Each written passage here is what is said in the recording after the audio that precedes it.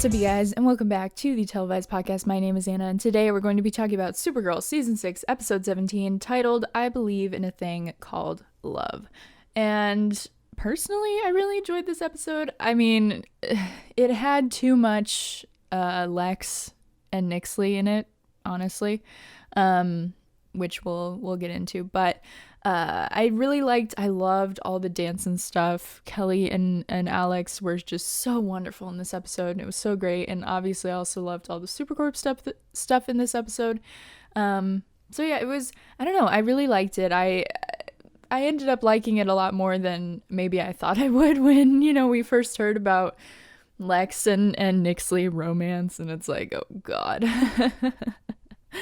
And speaking of Lex and Nyxly, we pick up the episode directly where we left off, with Nyxly questioning Lex's, I'm the key to your success line. Basically, he tells her that he's going to help her build the Allstone, and Nyxly's like, yeah, sure, a fancy banker is going to, help me collect 7 totems, one of which was already destroyed, and then she almost shoots him. So apparently Nyxly's future consciousness manifested Lex into the present through the dream totem, and this Lex apparently was from their timeline, but then traveled to the 31st century, then fell in love with Nyxly, and then now was manifested back to the time where Nyxly was alive because she was dead. And in this scene, Lex tells her basically, look, I'm from a future where we are partners, we're friends. And it's so interesting to hear him say that, because obviously, as we learn throughout the episode, he's in love with Nyxly. Like, they were in a romantic relationship. But when he approaches Nyxly about this, he calls them partners, friends. It's like, hello, sound familiar? Like, Supercorp, hello? Like, thinking about the 100th episode where Kara and Lena were like, oh my god, we're partners, and all the, like, friends, oh, they're just friends. They even say they're friends. Like, well, Lex just called Nyxly his friend. Even at the end of the episode, Nyxly's like, yeah, we could be friends, but you know that they're gonna be kissing by, like, next episode. And it's just like the double standard between them and Supercorp is insane. But I also think maybe it could mean like Supercorp Endgame. But we'll get into more of that later. And he actually ends up saying, like, 2 of the most powerful beings in the universe were what they were, like, working together. And again, very similar to the 100th episode where the cult leader guy was like, the might of a Luthor and a super, it just sounds very familiar. Sounds very similar. And Lex basically says that he's here in the past now to help Nyxly avoid death while gathering the Allstone. And she puts the pieces together about Lex sending Supergirl to the Phantom Zone because Mitch comes in. He's like, oh my god, this is Lex Luthor. And she's like, Lex Luthor, like the guy who sent Supergirl to the Phantom Zone? And she is not about that. So she tries to shoot him, but he, like, portals out of there before he can get shot. So at the tower, Kara tells the Super Friends that she quit Catco and that she wants to be able to catch Nyxly off guard. The team splits up, with Team Brainy, Lena, Nia, and Kelly headed off to the lab while Kara stays behind to talk with Jean. But before they can actually talk any Nyxly business, Alex runs in and she shows them the ring that she's gonna use to propose to Kelly tomorrow night. And Alex is basically like, look, tomorrow night is the anniversary of when I knew that I loved Kelly. And it was when they both said that the greatest movie villain of all time was Hans Gruber from Die Hard.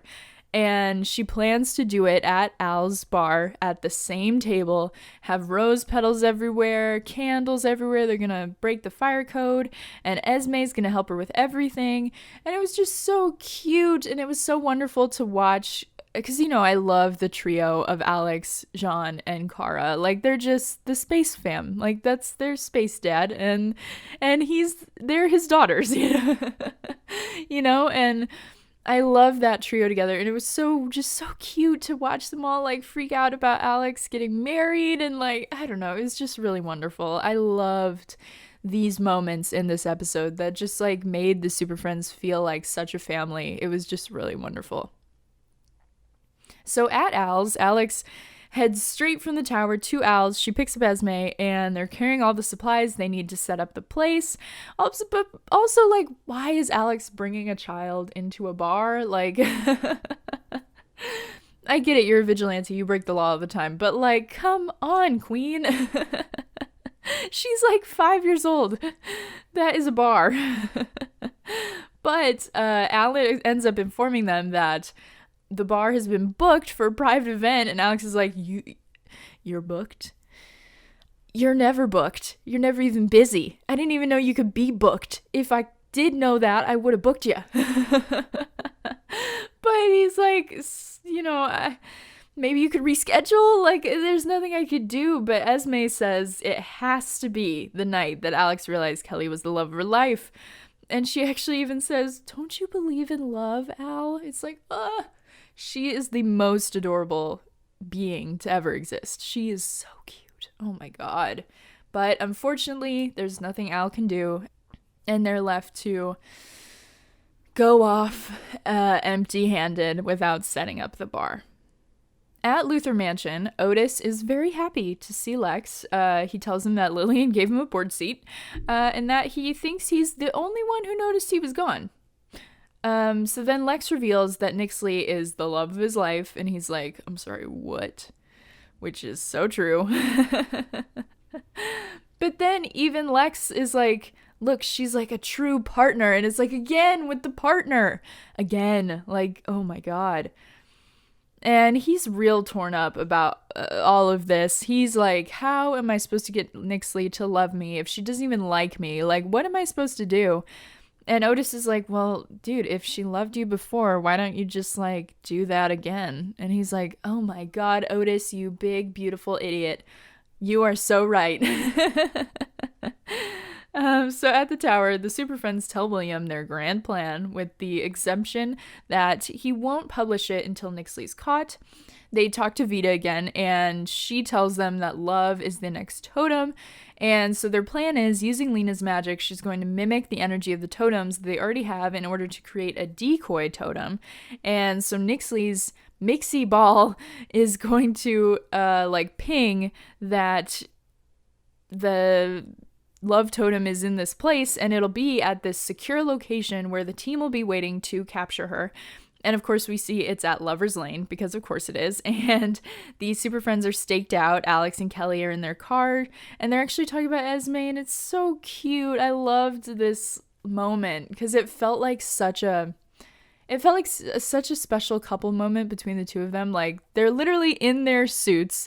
Kelly doesn't have the helmet on, but like, they're both in their suits. They're hanging out in their car. They're at Lover's Lane. They're talking about their little daughter, and it's so cute. And Kelly says, the world may throw us a lot of curveballs, but the one thing I'm certain about is us. And then also in that moment, I'm like, is Alex about to propose? Because she literally kind of pauses and seems like she's going to say something. And I'm like, maybe she's just going to propose right here. And I think that she kind of genuinely wanted to. And really, as we see later in the episode, I think maybe what deterred her from really just popping the question right there was because of how spontaneously she asked Maggie to marry her 3 seasons ago. And I think that kind of deterred her from, just randomly popping the question without a plan, without anything like that. But also, before she can really say anything, Nyxly shows up, and it's showtime.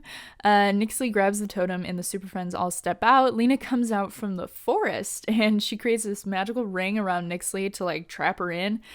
And she begins firing at Lena, and the Super Friends fire back, and, listen, guys, they need target practice. They miss her so many times. Are you kidding me? Next Super Friends meeting, you all need to set up, take out the pinball machine, take out the arcade games, set up some targets, and do target practice, because y'all suck.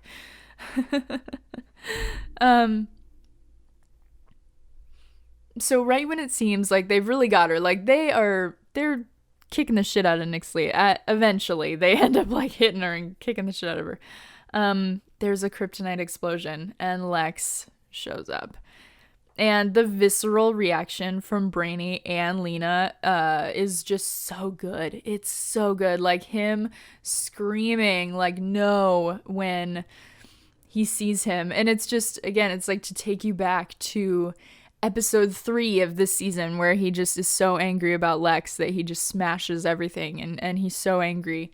And, you know, thinking about what he put him through, what Lex put Brainy through during season 5, it's just like, oh my God, like you can feel it in the scream that he lets out.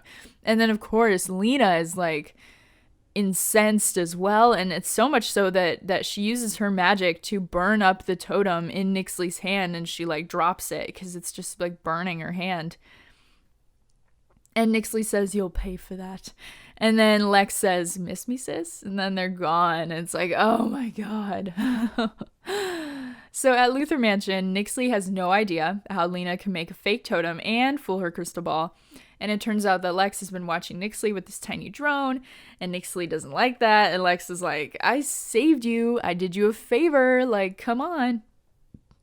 Where's the thank you? Like, you know, I did you solid. And she's like, I don't care. Get out. And Lex is like, this is my home. And Nyxly's like, fine. And then she leaves. But then after she leaves, Lex is like, I love you. It's like, what? It's just so weird. It's so weird. It's so weird. Anyway, at the tower, Kara is under the red sun lamps and comes to with Lena hovering over her, waiting for her to wake up.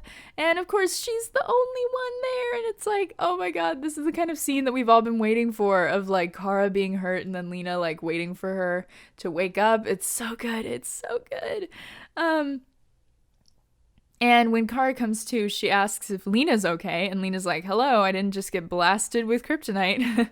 But Kara's like, look, I know how hard it must have been to face off with Lex again.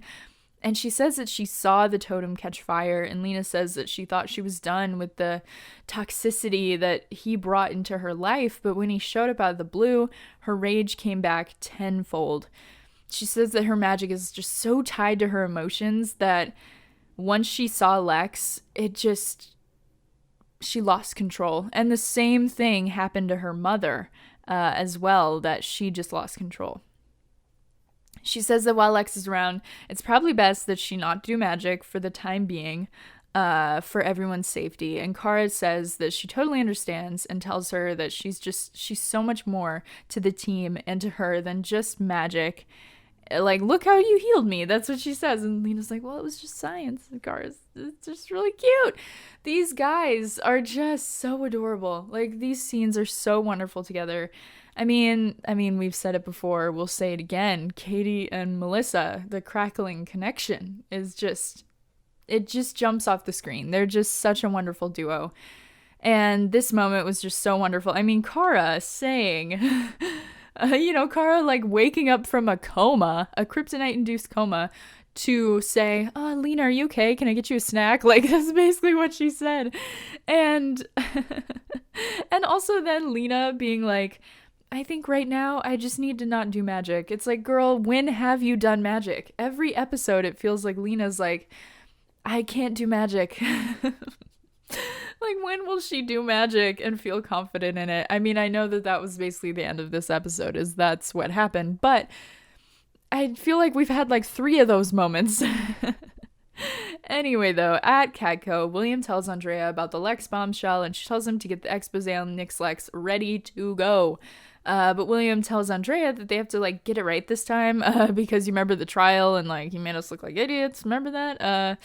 Let's not do that again. And Andrea's like, look, I want the story. I don't care. And William's like, okay. Let me get my evidence first. I'm going to infiltrate the Luthor inner circle somehow, and I'm going to get you your evidence. And Andrea says, okay, fine. Give me your proof. But I'm running the story tonight with or without it. So hurry up. She might as well have just said chop chop. Like, anyway, so at the tower, Brainy tells everyone that Lex was using tech from the 31st century. He has been to the future. And Kara says 2 of the worst villains we've ever faced are working together. I would argue that rain is like up there. You know. Anyway, though, Brainy says they need to use the one weapon that they haven't used yet, the totems. He says they can take away their courage or give them humanity. But Alex is like, look, if we do this the wrong way, we could take away our courage or take away our humanity. And that doesn't sound very good, does it? And Jean and Kara also agree that it's too big of a risk to use the totems in that way. So they decide to use them in more of a defensive way. Kind of like Nyxly did to create a shield with the dream totem at the Hague. But Brainy's like, look, we have to like activate the totems in order to do that, and that means that somebody has to pass the courage gauntlets, which won't be Kara. So in the lab, Lena, Brainy, and Nia are working on utilizing the totem's energy to replicate the shielding technology, and Brainy says that he should have known that Lex would have been drawn to that time. Lena asks if he's talked to the Legion, but he's like, no, I have not. He's like, look, I'm not trying to mess up the space-time continuum, and I don't want to make the same mistake I did last time when working using information from the future, because obviously, you know, the other Brainies were the ones that told him to work with Lex and that it would be imperative and whatever, and they were from the future, and he's like, that didn't work out so well, so I'm not trying to do that again. And Nia ends up going off to try to dream up the love totem's location, and she says, holler if you need my genius again, because of course she gave them another answer in the lab, and I'm like, go off, queen. Like, brilliant queen. And obviously the whole 31st century connection is how we managed to get the Legion back in the finale. Whoop-de-doo. Can't wait for that, obviously. So with Jean and Kara, they decide Jean should try the courage gauntlet this time. He knows the exact time that he lacked true courage, and he feels that it's time to face it. Kara says she'll be beside Jean the whole time, so he says Cursix and enters. And he sees the devastation on Mars, and he uses his psychic powers to knock out all the white Martians, but he still ends up losing his daughters in the end. But despite that, he still showed the courage needed to pass the gauntlet, and then Kara activates the humanity totem. And I really liked that scene of Jean on Mars. It looked pretty good. I think it's because, like, CGI-wise, it looked pretty good, and it's probably because all of it was CGI, you know? Like, it's not the Martian face trying to be next to a human face. But I thought it looked really good, and I really loved to see Jean on Mars again. Like, it feels like we've not scratched the entire surface of the Martian Manhunter on the show the way that we should have, and it was just nice to see that again, to see the white Martians, to see the green Martians, to see that conflict on Mars, to see Jean's daughters. It was really cool to see that. So at Luthor Mansion, Lex is still really frustrated that Nyxly is not falling for his heroic gestures. Otis says that he should just brainwash her, I love Lexi style. And he's like, look, you love a toxic relationship. That's exactly what that is. And Lex is like, look, I do love a toxic relationship, but I love Nyxly more. And that she has totally made him a changed man. And Otis is like, well, okay, why don't you just, tell her that you love her? And Lex is like, you can't just tell a woman how you feel. Are you crazy? And it's like, this is very much how, like, this fully lines up with my theory that I'll talk about later in the episode, where I fully believe that, like, Kara and Lena are hiding their true feelings from each other.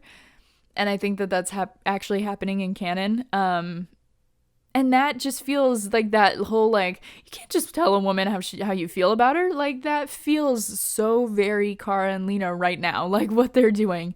You can't just tell her how you feel. Like, are you crazy? But Lex ends up then planting some information with Mitch, who he kidnapped, tied up, and tortured, and tells him actually where the love totem is so that Nyxly can find it. He then takes the info back to Nyxly, and he's got like this black eye, and Nyxly's like, what happened to you? Sorry, what happened to you? And Mitch is like, a book fell on my face twice. It's like, yeah, sure. But he says that, look, this love totem is definitely at the grave of famous lovers in Portugal. And at the exact same time that this happens, Nia also gets a hit. And they're off to Portugal. In Portugal, Kara arrives with Alex and Jean to get the totem, which is this like rose looking thing that's like attached to the tombstone, or to the, I don't know what you call it, like the thing that they're in. It's like a casket, but it's like a stone casket. I don't know. Anyway. Nyxly then arrives and they start to throw down. Kara tries to use the totems like a shield, but unfortunately the raw power of the totems in the offensive position is just too strong and too much to handle from the totem's perspective of being used defensively, and they get blown back. Then, because the dream totem energy shot at them, Kara has a nightmare of phantoms, and she actually like sees herself turning into a phantom.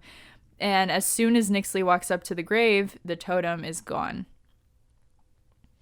Kara, after her dream vision and after they kind of do like a debrief in Portugal, Kara is still reeling from the phantom nightmare, and Brainy has arrived. He says that according to lore, the love totem has actually been known to jump around to different places in history because it's absolutely attracted magnetically to love and repelled by hate, which Kara says totally makes sense why it repelled Nyxly, because she's just so full of hate.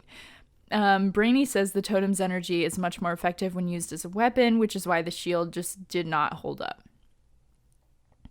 So at Luther Mansion, Lex is playing the piano when Nyxly shows up. She tells him that it disappeared, and he kind of gloats about her asking for his help, and she's like, look, this is strictly business. I don't like you. End of story. So at the tower, Kara and Jean have a discussion on the balcony. Kara apologizes for thinking that the shield could work, and Jean's like, look, I should have been there for you when you needed me. And he talks to Kara, and he tells her about the gauntlet. He tells her that he fought like hell to stay with his daughters, like to the death, but he still lost them. And when he saw Kara get hit by the dream totem, he had that same feeling. And Kara says she understands how he feels, and he tells him about her phantom dream. He says that it can't be easy for Kara to be facing Lex for the first time since he sent her to the Phantom Zone, and she says that it's hard to find hope with the two of them working together. And Jean says, look, maybe both of these things were meant to tell us that we're stronger than our fears. And he says, I can't save my daughters, but I can save you, my family now. Kara then says she thinks they should use the totems as weapons against Lex and Nyxly. She says they're too dangerous, and they have to use all of their firepower to win this war.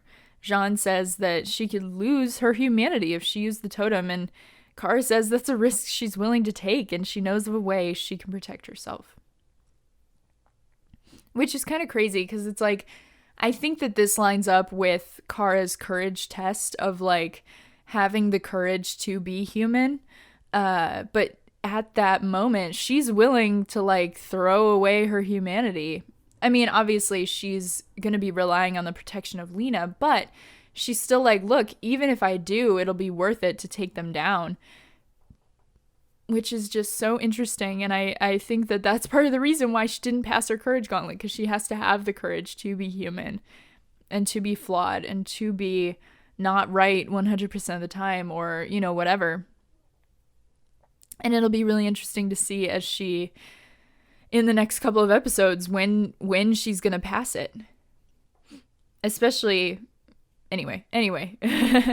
In the lab, Kara asks Lena to protect her from losing her humanity with her magic. Lena says that she told her that her magic can't be trusted with Lex involved, and Kara then tells her about her nightmare. She says that her true fear wasn't about being a phantom. It was about losing her humanity altogether. And she says, I've been letting Nyxly convince me that if I stoop to her level, I become a monster just like you. But I have this team, this family, to pull me back from the edge. And Lena's like, look, but I'm afraid of hurting you. But Kara tells her that the reason she was so afraid to become Lex for so long was because she had no one to pull her back when she went too far. And now she has her family, the Super Friends. Lex is not her family anymore. They are. And she says, focus on the good. Use that to fuel your magic, and you won't lose control. And Lena agrees. And I'm going to talk about this a little bit later when we actually see the scene of Lena using her magic, but that line really sticks out to me, so keep that in mind. Focus on the good, use that to fuel your magic. Keep that in the back of your skull. So in the PI part of the tower, William approaches Alex. He's like, hey, shouldn't you be getting engaged? And Alex is like, no, Al was booked. She says maybe it would just be best to postpone the proposal with, until they can capture Lex and Nyxly. And she brings up how Kelly was engaged before and how she was too. And she says that she proposed on a complete whim with no plan and no preparation, and that it just felt right in the moment, but that relationship ended anyway. William then tells her that, look, you guys are two of the strongest people ever, and your relationship is probably the strongest relationship I've ever seen in my whole life. And when Lex is around, there's no promise of tomorrow. So if you have love to give it now. And it's like, yeah, that was a really great little speech, but it's like, why William? I mean, that's how I feel in every scene he's in. It's like, you could have replaced William with Brainy in that moment. You could have replaced William with Nia in that moment. And I get it. Unfortunately, it all comes down to the fact that it's like all of these people are busy trying to take down Nyxly, that it's like, really, William is the only one that has the time to like run around and do heart-to-heart conversations with people. But still, it's just really annoying. So Lex ends up blending technology and magic from the future to help Nyxly fix her crystal ball, and he says that she helped him to do that in the future. She asks what she will be like when she gets the All-Stone, and Lex tells her that she does get her revenge, and he says maybe that's why you were drawn to me, because you weren't so driven by revenge. You were open to a friendship. And so then they end up getting a hit on the love totem, and they're off. At Al's, surprise, it was Kelly who booked the place. And I think it was really obvious that it was Kelly who booked the place. But I do love a double proposal, so I am okay with it. Esme is waiting with them, and she says, you two had the same plan. It's fate. And Kelly says that she knew she had to propose tonight because it's the anniversary of the first time she realized she loved her. Of course, the same exact moment as Alex when they both said Hans Gruber as the best movie villain of all time. It's like, you can't get any cuter than that, of having the exact same moment that you fell in love with each other. Like, are you kidding? It's just so wonderful. And Kelly's speech to Alex in this moment was just so wonderful, and Ozzy's performance was just so good. She made me tear up so much, and she kind of ends it with saying, you are my perfect match, and when I'm with you, my soul feels complete. And it's like, oh my god, like it's just such a wonderful scene. And it's, I mean, like I said, Ozzy's performance, she's like crying, and it's just so heartfelt and so wonderful, and I loved it. But Kelly pulls out a little black box and is like, Alex Danvers. But then Alex is like, whoa, wait, stop, nope, stop that. I wanted to be the one to do it first. But before Alex can actually like pull out her own little black box, she ends up pulling the love totem out of her pocket. Uh-oh. And then Nyxly and Lex show up, and then Kelly whips out the shield, and Esme calls for Supergirl. Supergirl and Jean show up, and they fight Lex and Nyxly together. And then we see in the lab, Lena is like started this fire to protect Kara's humanity. And Kara, in the midst of battle, is like, Brainy, how's Lena doing? And he replies, she's getting her emotions in check. And again, I mean, like I said, talked about earlier, you remember, like, use use the good to fuel your magic. And it's like, hello, you can't tell me that Lena's magic in this moment was not motivated by her love for Kara, not her hatred of Lex. Like, she was incensed by Lex, obviously, earlier in the episode, but instead of focusing on her hatred of Lex, in this moment, her magic actually works because she's focusing on the love that she has for Kara and the need and desire to protect Kara that really she's had their entire relationship. I mean, I've talked about it before, but the kind of the dynamic that Supercorp had on Lena's end up until she found out Kara's secret was that Lena was the protector of Kara. She protected Kara an infinite amount of times. And so for them to go back to that dynamic, even though now she knows that Kara's Supergirl, it just is so awesome. I mean, it's great. And like I said, I just think that it was her love for Kara that motivated this success instead of her hatred for Lex. So Kara got to kick Nyxly's ass for once. She hits her with freeze breath and she actually gets like encased in ice, which is really funny. And then Kara says, Lena, it's your turn. You've got this. And Nyxly breaks from the ice just when Lena says, now, and Kara uses the humanity totem to flood Nyxly with humanity. But then Lex attacks Jean, and Nyxly uses the dream totem to push back against the humanity totem, and Lex gets thrown, and the love totem is right there in front of him, but he sees that Nyxly is about to die because now Jean, Kara, and Brainy are all wailing on her, and he can't do it. He can't grab the love totem. So he gets them both out of there without getting the totem. And Jean accidentally hits the totem with the full power of the courage gauntlet, or of the courage totem, and it turns it black. Uh-oh. So at Al's, the Super Friends realize they basically killed the love totem. Uh-oh. By hitting it with the courage totem. And Kelly's like, does that mean all the love in the world is diminished? Like, did we just like take all the love out of the world? And Alex is like, no. You want to know why I know that? Because of all the pockets of all the people on this planet, the love totem wound up in mine because of all the love I have for every single one of you. And then she calls Kelly over. She says that, hey, I thought that if we didn't have the perfect proposal, our future would be doomed, which I think is what stopped Alex from blurting it out in the car earlier in the episode. And she says that they even loved each other through the end of the universe. Not even that could tear us apart. And she tells her that you are the person I want to watch Die Hard with for the rest of my life. Will you marry me? And Kelly says, yes, of course. Yes. And then they kiss, and then Esme runs up to hug them, and then the Super Friends join in. And it's so wonderful. Everybody's so happy. It's such a great moment. And it's like, this is the kind of stuff that we need at the end of the show. I mean, you know, like, this is the kind of shit that we need to see. Between the fighting, between the hardships, between the high emotions and the high intensity, we needed this proposal. We needed this wedding. We needed this happiness between this couple. And it's just so wonderful.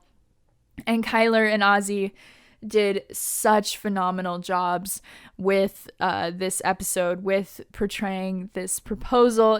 They really like tugged on my heartstrings and honestly just like brought to it that level of like care and respect that I know that they have for this couple. And I adore it so much. It's just so great. I loved it. I honestly could not imagine a better proposal scene.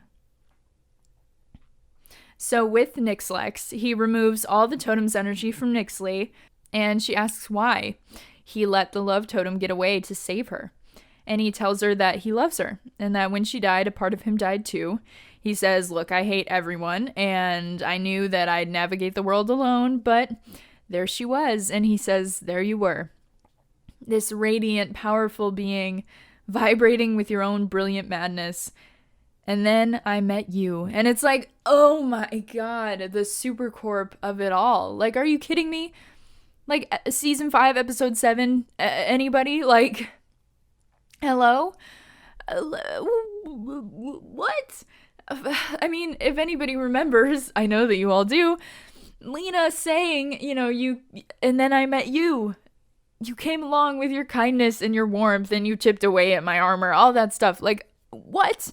It's intentional at this point. It has to be. There's no other explanation. It is literally intentional that they are using Lex and Nyxly to parallel Kara and Lena. Like, there is no ifs, ands, or buts about it. Like, it is intentional. Like, you don't just use and then I met you, like, casually, like, especially when you used it in one of, like, the highest emotional intensity moments of the entire series. Like, that moment is such a highlight for the entire series that you don't just reference it willy-nilly. Like, that's, like, a thing that, I mean, I don't know. It's real. Like, they are using Nyxlex to parallel Supercorp. Like, it's literally happening. Supercorp is happening. Anyway, so Nyxly says that they can be friends. And of course, it's like, again, we're using friends, partners, all of these things that have been referred, that Kara and Lena have been referred to as. And it's like, again, with all of these romantic implications, how can I make this about Supercorp? But it is about Supercorp. Like, it just is, Anyway. So at the tower, they're all celebrating the engagement with everyone. Everyone has champagne, and Esme's like, ahem. And Jean makes her a little Shirley Temple. And at the party, though, Brainy's looking like a little bit of a sad sack, and him and Nia have a conversation on the balcony. She says that she wants to get Dansen matching motorcycles, and I'm like, girl, with what money? Anyway. And Brainy laughs a little bit, but he just doesn't really lighten up. And he's just really thrown by Lex's behavior. And he says that they need to know more about what he got up to in the 31st century. But his thing is he just doesn't want to repeat the mistakes that he made in the past. And Nia says, look, you won't, because this time we don't have secrets. And again, it's like another Supercorp parallel. It's like Kara and Lena, emphasizing at the end of last season, at the beginning of this season, look, we don't have secrets anymore. Now we can be partners, we can be friends, we can be, together now. And it's like for them to be like, yeah, because this time now we don't have any secrets. Are you kidding me? So then they decide together to call the future. They're going to call the Legion. Oh, great. Oh, great. So then Lena shows up in the elevator and Kara's like, there you are, you almost missed the party. And she purposefully had a glass of champagne waiting for her and everything, and she just smiled so bright. Kara then thanks Lena for taking that risk, saying she protected her from losing a part of herself. And she says, you always do. And Lena says, well, you protected everybody else. And it's like, of course, that is their dynamic. Like, that is it. That's the dynamic of them and like Olicity and like West Allen and like everybody. Like, yes, the superhero protects the city and protects everybody and saves everybody, but their lover, their partner, their other half protects them. It's like, who's gonna look out for them? And it's Lena, it's Felicity, it's Iris, it's Ava, it's all of these other halves to these superheroes that it just, like, again, the Supercorp vibes are off the charts.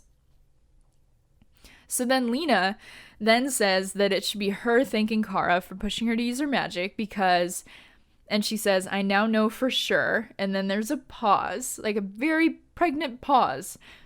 And then she says, I really am free of Lex. But it's like, this feels exactly like that moment. A couple of episodes when Kara was like, I'm terrified. Like, there is a confession waiting in there, like bubbling under the surface from each of these two. And it's like, they both are like sitting on these confessions. It's insane. And even the look that Lena gets after she says that kind of makes, because she kind of like looks down, looks off to the side, kind of, I don't know, it just looks like she's hiding something. And it's like, of course she is. And remember, Vita, she's like, I'll keep your secrets. Like, secrets? More than one? Like, magic and... What's the other one? What's the other one, Vita? Tell me. Tell me what it is, because I think I know what it is. I think it's that she loves Kara. And just like, even, I don't know. And then they clink glasses. It's very cute. It's just, I don't know, the romantic implications of it. And for me, you know, if you think about the structure of this episode, so we go from Dansen proposal to then Nyxly and Lex love confession. Then we have Brainy and Nia, where Nia is supporting Brainy and says, look, we don't have any more secrets. I'll be by your side the whole time, basically. And then we go to Supercorp. So it's like we literally went from each of the duos, and they are intentionally setting Supercorp up as one of those duos. I mean, even if you've seen the newest Supergirl radio, I don't listen to Supergirl radio, but this little clip popped up on my timeline on Twitter, and basically it was the hosts being like, look, this is weird. Like, why is it that every episode ends with Kara and Lena talking in the like cool down and the wind down part of the episode? And it's like, hello, because they're trying to set them up as something. Like, come on, guys, get with the program. You know, like, it is so crystal clear at this point that Dansen, Nyxlex, Brainia, and Supercorp are their key duos. Like, they are setting Supercorp up to be on par with them, like to have equal footing in the show as them. And I mean, for Kara to be standing around waiting for Lena to show up, like, that is just so romantic. That is the romantic implications of it all. It's just insane. Anyway, though, we then see William declining a call from Andrea as he meets with Otis in order to embed with the Luthor camp. But he's so dumb because, hello, sir, if Nyxly and Lex are working together, she's going to recognize you. Like, come on. Oh, my God. So at Catco, Andrea's really frustrated with William's, flakiness, and she's like, you know what? Fine, I'll do it myself. And she becomes a Krata and smokes into Luthor Mansion, where she finds Lex's diary with a love confession for Nyxly in it. It's like, oh, God. He just had his diary open on the table, and it's like, you are the love of my life. We're going to burn the skies together. It's like, oh, God. And then with Lex and Nyxly, Lex reveals that, surprise, he's got the Hope Totem. Uh-oh. Turns out you can't actually destroy a totem. It'll just turn into something else. And so the Super Friends ended up actually destroying the Love Totem, and then we see as the essence of the totem has now flowed into Esme, because she's just so loved. Oh, God. And as she gets a full tattoo on the back of her neck, which, I mean, I have to assume does not stay that way. I mean, unless it does, and they are just like, Esme, when did you get a tattoo? But it's like, oh, God, my poor baby. And obviously the synopses for the last couple of episodes have come out, and in episode 19, the synopsis said that there would be a loved one who gets kidnapped, and I think as of right now we can all guess that it is Esme, because they're trying to, I don't know what they're gonna do with her, like, because what if they pass the love gauntlet? Like, does she just like turn into a totem? Does she just like disappear? I don't know. I don't want to know. Anyway, I hope that our little girl is okay, because right now, yes, she is Dansen's child, but she's also my child, and she's our daughter. I love her so much.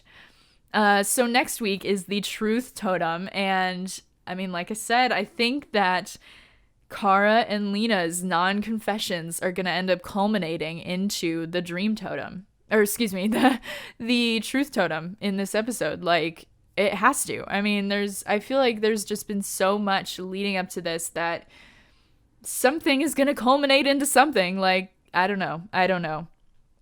And the trailer, though, showed Alex and Kelly's double bachelorette party, which looks like it's going to be unbelievably fun. Also, we know that by the end of the season, William dies. Well, we don't know for sure, but it's like heavily speculated. And I'm not sure if it'll happen this way, but I'm kind of thinking that William is going to die in episode 19 when they kidnap Esme. I don't know when he's gonna die. Like, maybe because I'm looking at this bachelorette party and there's no Esme to be seen, so it's like, who's watching her?